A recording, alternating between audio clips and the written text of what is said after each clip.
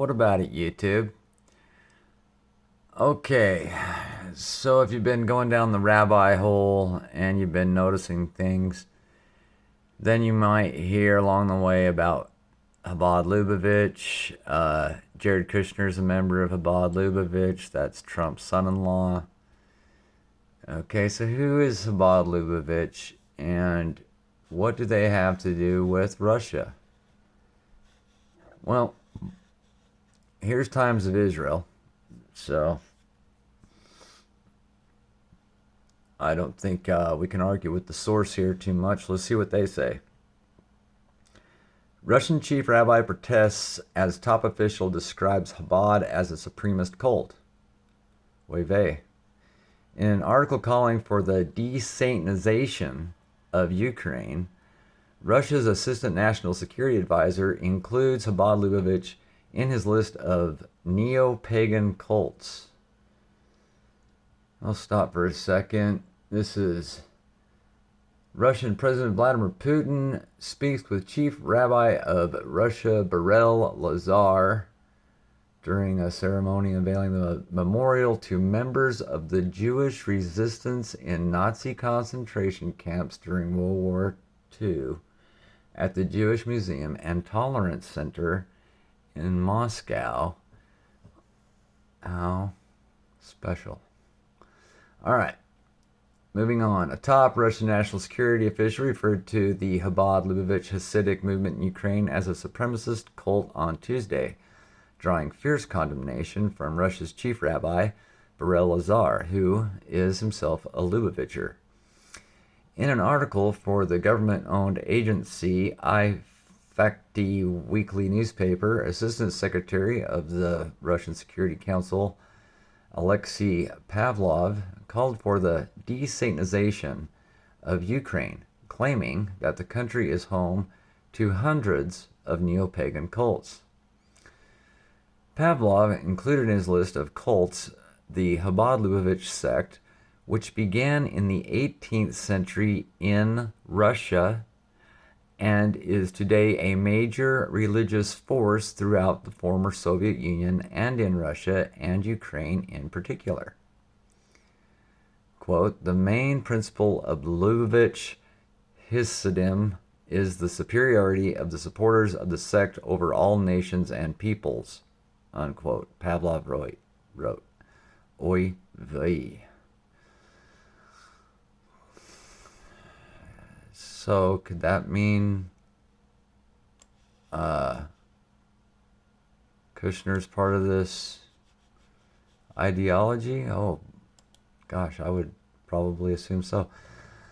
Moving on. Though Russia's invasion of Ukraine is largely considered in geopolitical terms, the war has also had religious elements as well, with the head of the Russian church firmly backing the war and referring to it as a sort of crusade.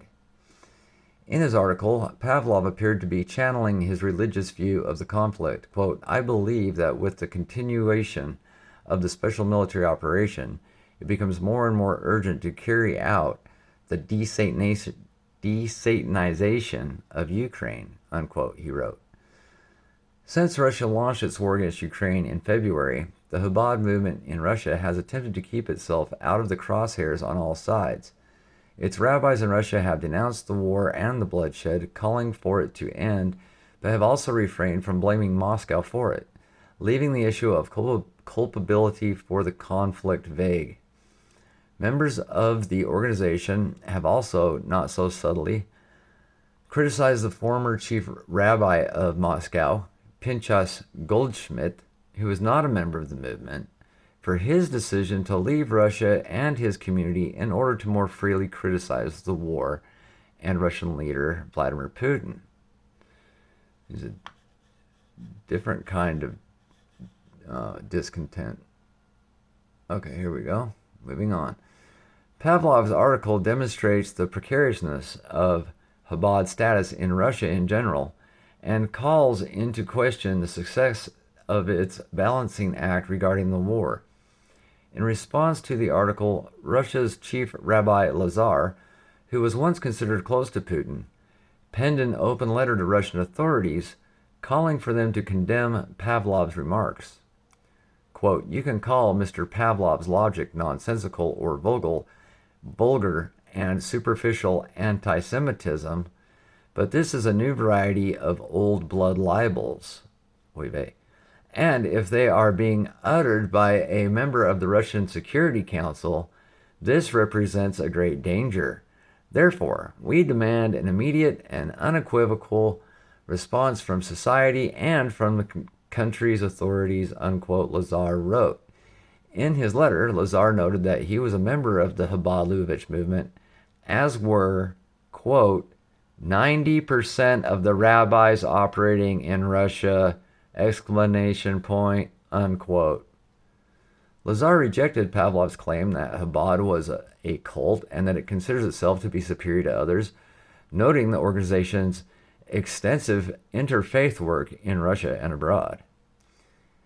In recent months, Moscow has cracked down on the activities of the Jewish Agency in Russia, putting the organization on trial for allegedly storing data on Russian citizens improperly.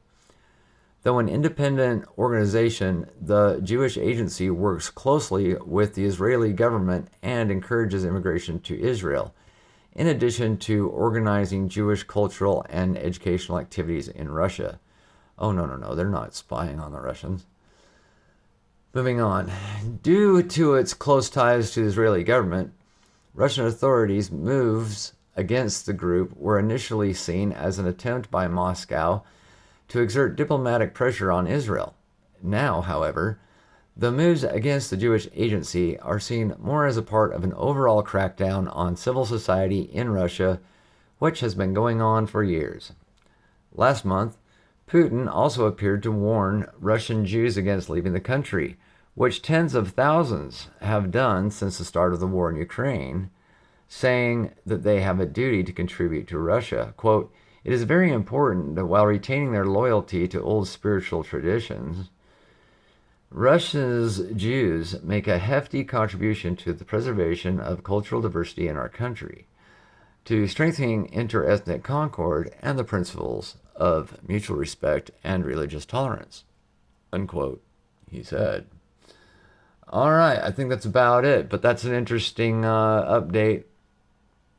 The article goes back to October 22, but we should probably all know who this is and what's going on with them, particularly when they say things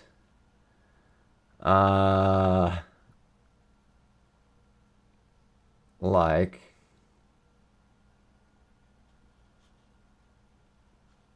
this, or, well, allegedly. Okay, all right, that's it. God bless.